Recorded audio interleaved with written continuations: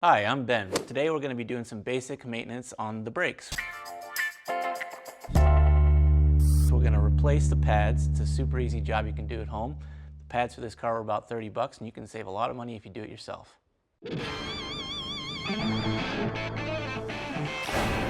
So first step here on this car, this is a Volkswagen Rabbit. We're going to take the slide pins out. That's what the caliper rides on. So in this one it's an Allen key. So you grab your socket and your ratchet, pull those out the back. Sometimes they get kind of rusty, so you might need to put a little bit more effort into it than I am. So we're going to pull these guys out and make sure they're clear. So pulls it right off like this. So on this car you've got a little hanger here, so pop that off, and then you're going to want to have a piece of wire handy just like this one. Coat hanger works great. So you can wrap that up, hang it up out of the way. You don't want to have your brake caliper hanging by this line. So here we've got the old brake pads. They're rusty and it wears down, and when it wears all the way down, you start to get a squeal even when you're not on full brakes. So we've got to replace these, our brand new pads. You've got cleaner, better material. You've got a nice rust-free surface on it, and it'll just be better for braking in general.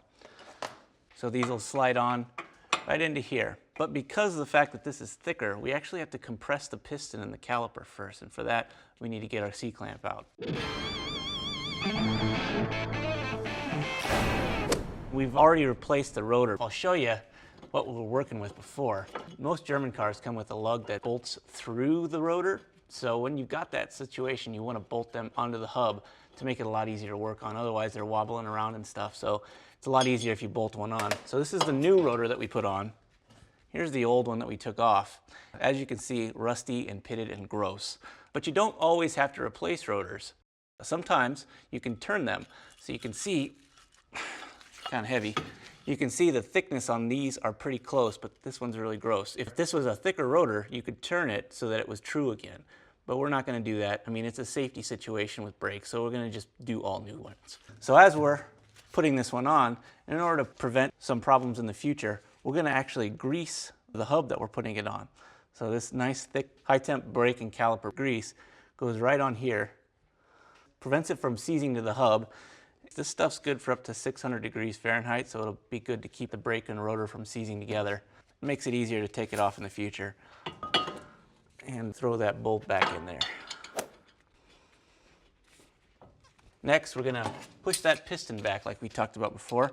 The easiest way to do this is with a big C-clamp like this one. What you'll want to do is find a good spot on the caliper, put the ram on the caliper and down into the cup on the piston, and tighten it down.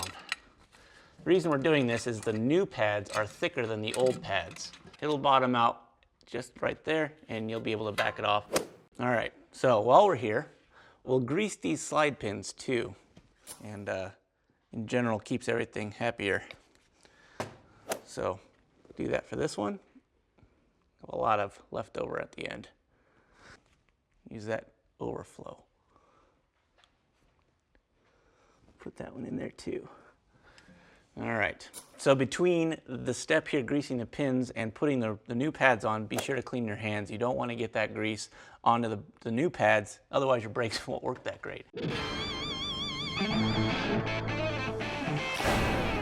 This is the inside pad. We're going to throw a little grease right here on the back side. This is the one that contacts the piston. The reason we're doing that is because this reduces squeal, and something guys are doing these days. It's a fairly new practice. So you just slide that one right in place. The outside pad, we can just slap on like this. Now hold those together. Grab your caliper. And now we're going to slide this over the top. Now we're going to just tighten up these pins. We'll get our socket. Tighten those back up.